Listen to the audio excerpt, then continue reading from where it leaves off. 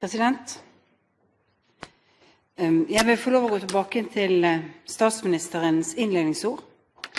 Takke for takken på vegne av hele det politiske Norge, og måten man reagerte etter 22. juli, men gjerne også få lov å replisere en stor takk, både til statsministeren og til alle andre utøvende myndighetspersoner som i ukene etter 22. juli, ja, fra dag 1, fra første time, sørget for lederskap og samhold, inkludering, og sørget for at det andre land påpeker at vår respons var verdig, den var ordentlig, at den ble gjennomført.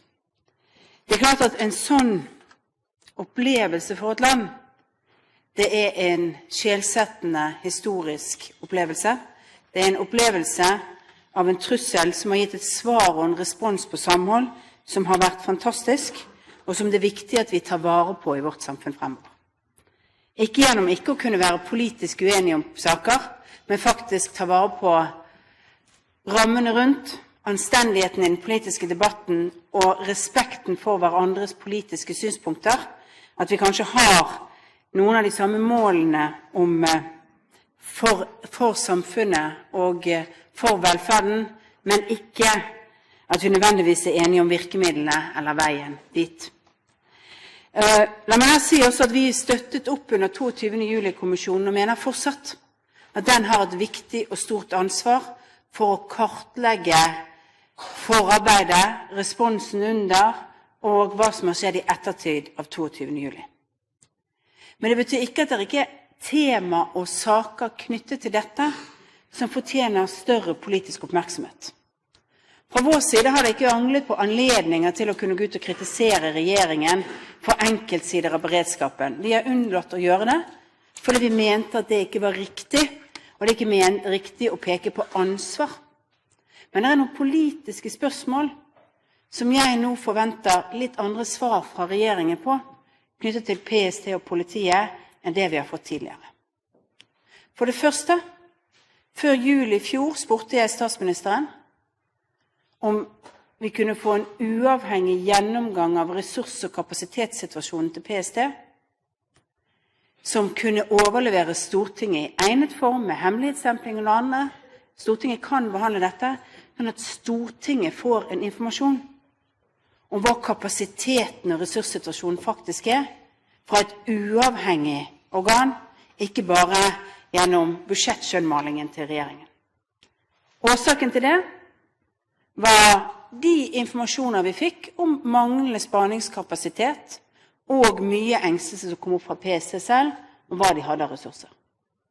Det forventer jeg nå et annet svar på fra regjeringen i 22. juli-ånden.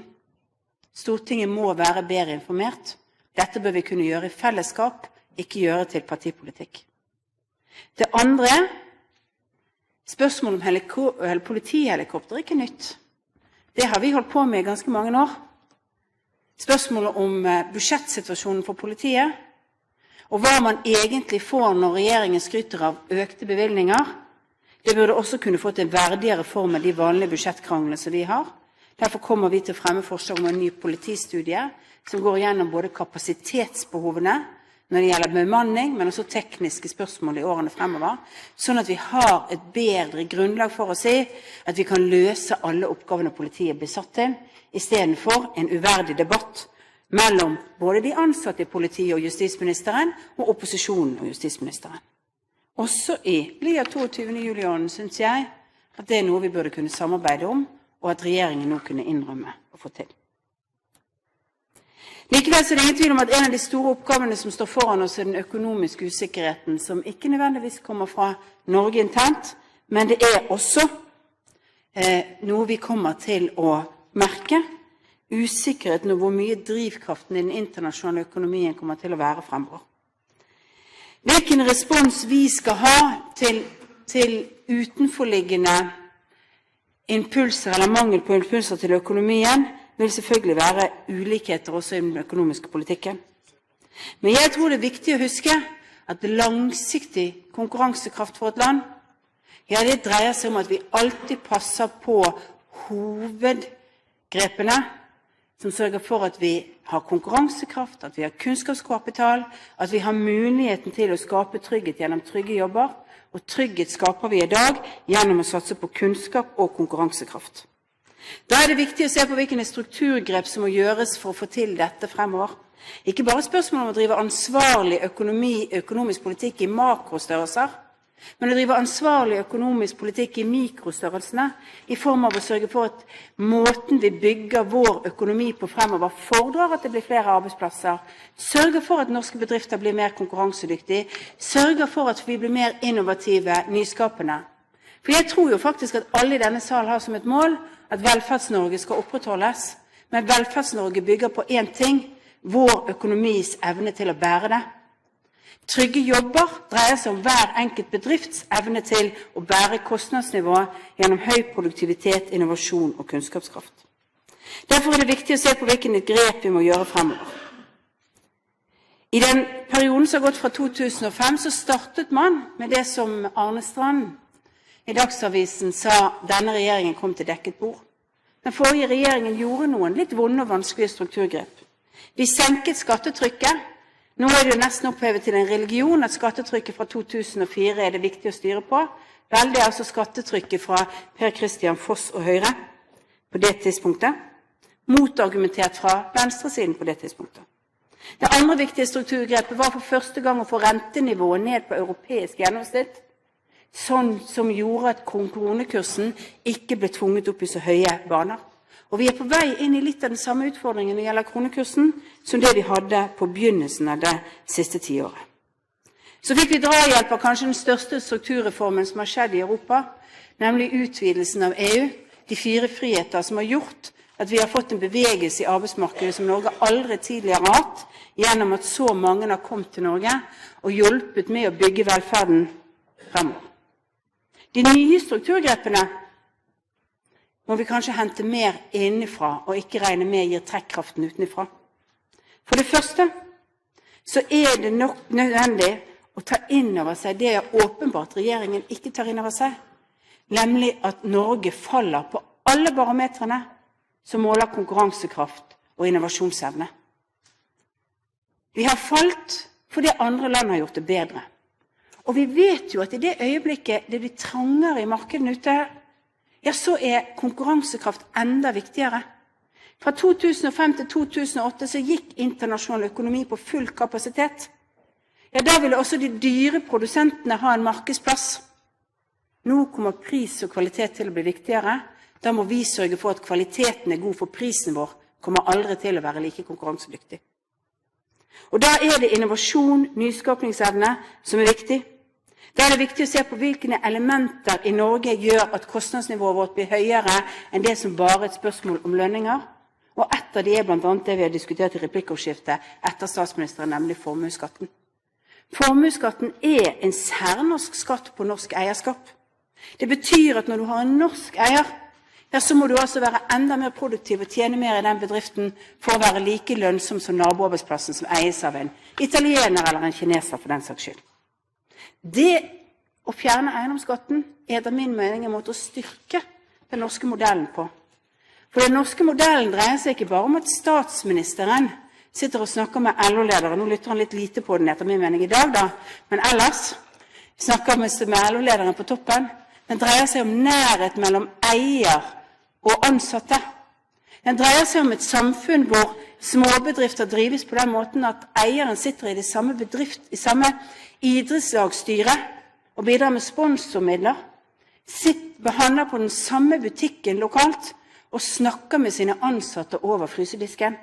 Det er også en del av den norske modellen, og det er en del som regjeringens innstramminger og skjerpinger av beskatningen på formue og eierskap i norske bedrifter svikter. For svaret er, som svaret fra Haugesundsbedriften, så var at mine sønner og døtre må flytte ut av landet hvis de skal fortsatt eie i den familiebedriften vi har, for det kostnadspresset her, det tåler ikke vår bedrift. Vi går med underskudd, og for å betale formuesskatten må vi altså betale det. Men kunnskap er like viktig. Kunnskapssatsingen må derfor vernes i fremtidige budsjetter, for det er det viktigste strukturpolitikken for fremtiden. At hver enkelt av oss om vi jobber i industrien som industriarbeidere, eller om vi jobber i akademia, eller til og med også politikere blir mer kunnskapsrike og dyktige, der ligger mesteparten av konkurransekraften fremover. Og her ligger skillene i norsk politikk. Dermed blir det åpnet for adgang til replikkordskifte. Det første replikant er representanten Helga Pedersen, deretter representanten Bård Vegar Solhjell. Pedersen, vær så god.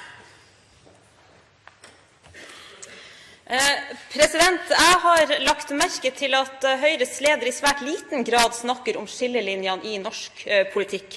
Tvert imot så er hun ganske konsekvent i å snakke om de delene av Høyres politikk som det er konsensus om i norsk politikk som sådan. Det er ingen som er uenig i sammenhengen mellom å skape og dele, og at næringslivet har en veldig viktig, og der skapes de inntektene vi i neste omgang skal fordele. Der som Høyre skiller seg fra de rødgrønne partiene og sentrum, der snakker Erna Solberg veldig lite om sin egen politikk.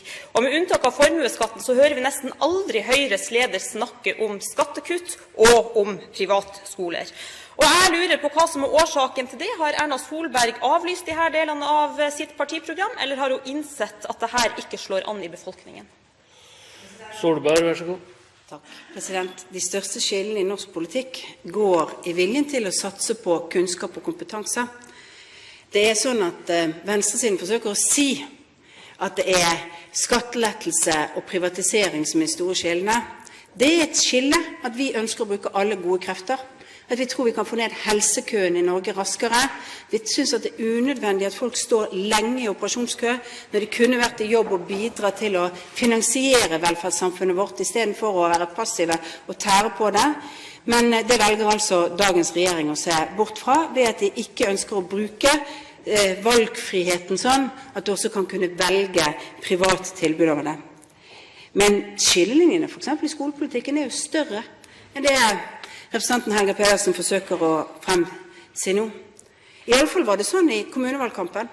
I kommunevalgkampen så hevdet regjeringens utdanningsminister at et av de store skillene, det var blant annet at vi ville teste mer.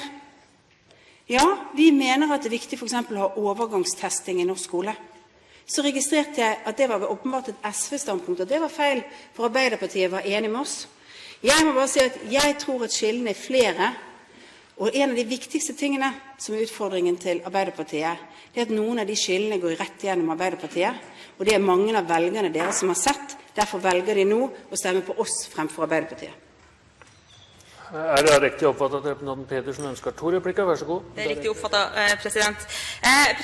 Jeg legger merke til at Høyres leder fortsetter å snakke om ambisjonene for velferdsstaten, men fortsatt ikke vil diskutere hvordan man skal skaffe inntekter. Der går fortsatt en av de viktigste skillelinjene i norsk politikk.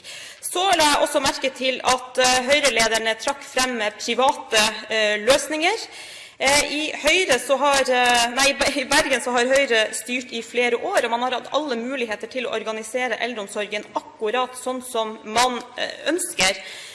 For Høyre sin leder har det vært et mål at brukerne av hjemmehjelpstjenester skal velge mellom ulike firmaer. I forrige uke så kunne Bergens Tidende fortelle om kona til Anton Svanevik, som altså har hatt 68 pleiere innom hjemmet sitt i løpet av 4,5 måneder. Synes Høyre-lederen at Høyre sin politikk har fungert godt i Bergen? Solberg, vær så god. President, jeg må ærlig få lov å si at jeg er litt forbauset over at jeg har holdt et innlegg hvor hoveddelen dreier seg om hvordan vi skal finansiere velferden fremover. At representanten fra Arbeiderpartiet ikke har lyttet mer, at hun kan gå inn her og holde en replikk og si at jeg ikke snakker om hvordan vi skal finansiere fremtidens velferd, når det er hovedpoenget i et innlegg. Når det gjelder omsorgstjenesten i Bergen kommune, så har de organisert brukervalg i hjemmetjenestene. Og det fungerer veldig bra, men de har ikke fått gjort det i hjemmesykepleien enda. Det er det bare én kommune i landet som har klart å gjøre enda, det er Oslo, fordi det er mer komplisert, men det vil også komme. Og jeg er veldig fornøyd med mye av den omsorgen som gis i Bergen, men det er faktisk sånn at ikke de heller er i mål med alt. Og de har gjort gode forbedringer med det de har gjort, men de kommer til å gjøre flere forbedringer. Og litt avhengig av hvordan sammensetningen i byrådet kommer til å se ut, så kommer de til å ha et godt mandat for å gjøre det fremover.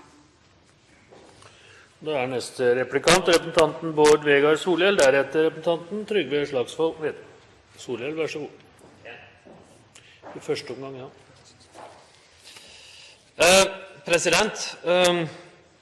En av de tingene representanten Solberg ikke snakket om i sitt innlegg, var miljøpolitikk og klimapolitikk.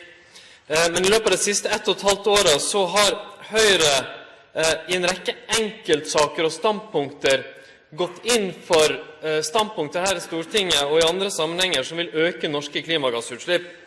9. juni 2010 så stemte de for et forslag om å endre krav om umiddelbar rensing av gasskraftverk for å åpne for nye gasskraftverk uten CO2-utslipp. Så la de frem sin egen petroleumsmelding i vår, der de skriver at delektrifisering av eksisterende installasjoner på kontinentalsokkelen viser at dette er et så kostbart tiltak at ressursene heller bør settes inn på andre områder i klimapolitikken.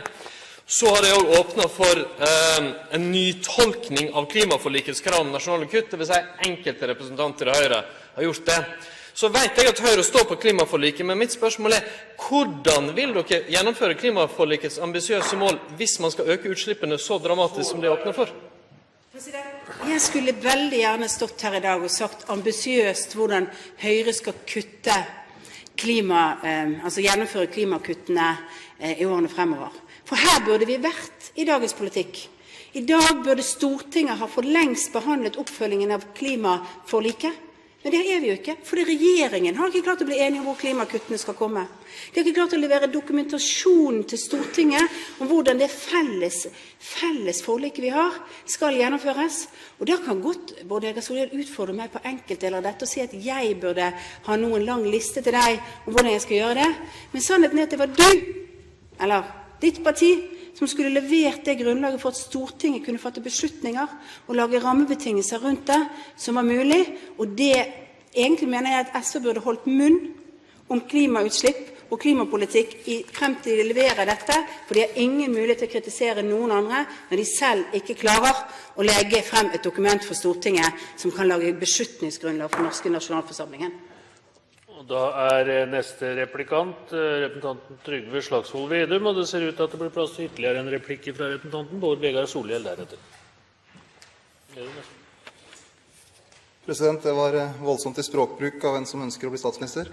Det forundrer meg at representanten Solberg, som er svoren EU-tilhenger og euroentusiast, ikke bruker noe tid i det hele tatt på den grunnleggende krisa vi ser både i EU og i eurosamarbeidet. Og den bare hopper glatt bukk over det.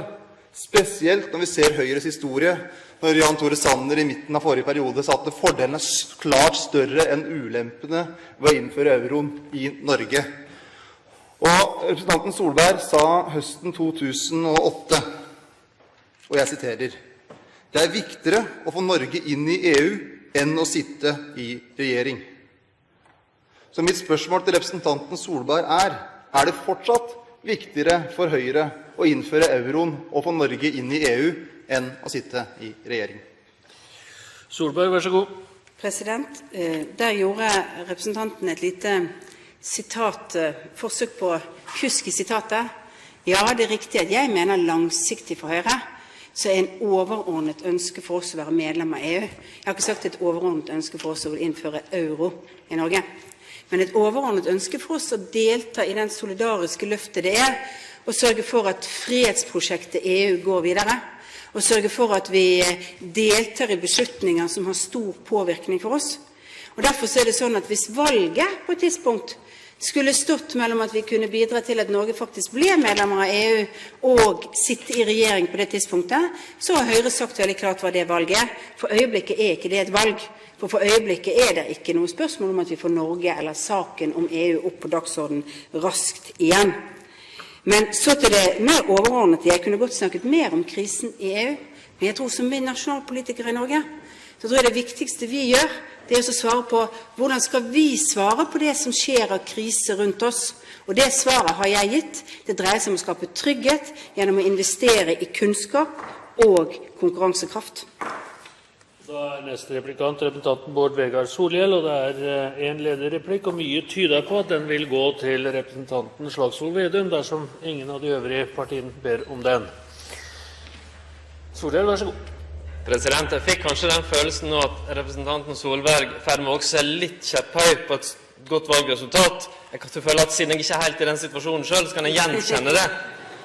Jeg tror ikke hun mener at jeg eller SV eller regjeringen skal holde munn om klimapolitikk frem til en utsatt klimamelding er lagt frem, og jeg tror hun kjenner begrunnelsen for at den er utsatt. Men jeg vil gjenta mitt spørsmål da med det. Mener representanten Solberg at det rett og slett er sånn at hun ikke trenger å svare på om Høyres klimapolitikk i Stortinget og ellers er som den er før det? Mener representanten Solberg at du ikke trenger å svare på om det er rett å gå inn for nye gasskraftverk uten CO2-rensing, og om det er riktig å gå inn for en annen tolkning av klimaforliket, og om elektrifisering er et uaktuelt tiltak? Det tror jeg er en veldig uklok tilnærming til den politiske debatten, og jeg ber jo ta opp igjen det. Hvordan skal klimaforliket gjennomføres dersom man skal øke klimautslippene på alle de områdene? Solberg, vær så god. President, hvis jeg får lov å begynne med elektrifisering, så ja, vi har gjort en vurdering av at det å gjennomføre elektrifisering på en del av de dyreste tiltakene som vil gi en lettelse i målet i 2020, men gi ingen lettelse i 2030, det er feil bruk av pengene. For at en del av disse tiltak, altså en del av de installasjonene vil altså stoppet og produsert i 2030. Derfor så har du på en måte en feilinvestering hvis vi går inn på det. Det er en del av det kunnskapstilfanget som vi tar inn over oss. Ja, vi må være litt fornuftige. Hvis vi skal bruke milliarder, så la det brukes på de viktigste områdene som gir langsiktig effekt. 2020 kan ikke være et mål som vi setter opp for oss som skal være helt uten at vi ser om det har noe effekt i 2030. Det er jo det langsiktige målet som må være viktig. Det er en av grunnene til at vi har gjort det. Og det er det eneste området hvor vi har gjort et avvik i forhold til klimaforliket fra partiet Høyres side. Og det tror jeg at alle andre som vi skal diskutere videre med oppfølgingen på, kommer til å se var et rasjonelt og godt avvik. Velkommen skal dere være til å være enige med oss da. Da blir siste replikant representanten Trygve Slagsvold Vedum. Slagsvold Vedum, vær så god.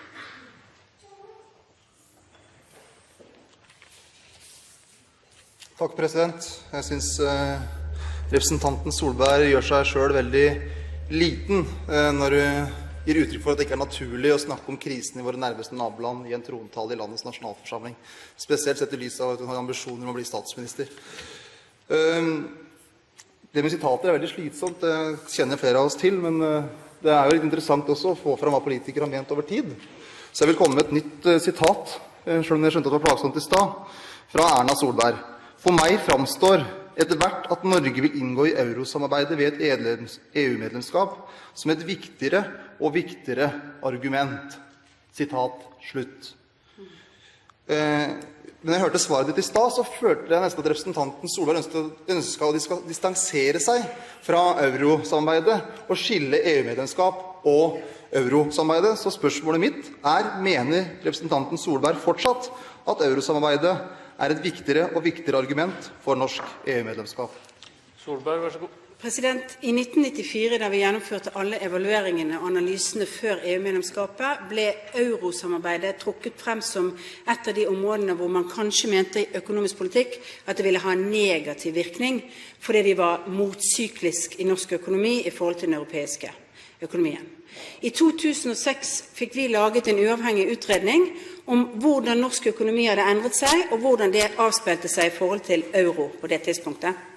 På det tidspunktet så er det sånn at på grunn av oljefondet og på grunn av endringer i norsk økonomi, så er norsk økonomi mindre motsyklisk, og det argumentet som i 94 ville kunne telle litt på nei til euro eller på nøytralt, var faktisk beveget seg til at vi ville kunne ha en mer positiv effekt på norsk økonomi av et euromedlemskap. Det var det den utredningen sa, og det er det sitatet er fra. Og jeg legger ikke skjul på at jeg er tilhenger av et EU-medlemskap.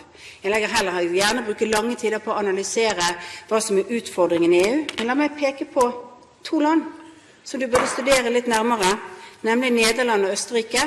De er medlemmer av EU, medlemmer av eurosamarbeidet, og minner mistenkelig om Norge på ledighet og vekst.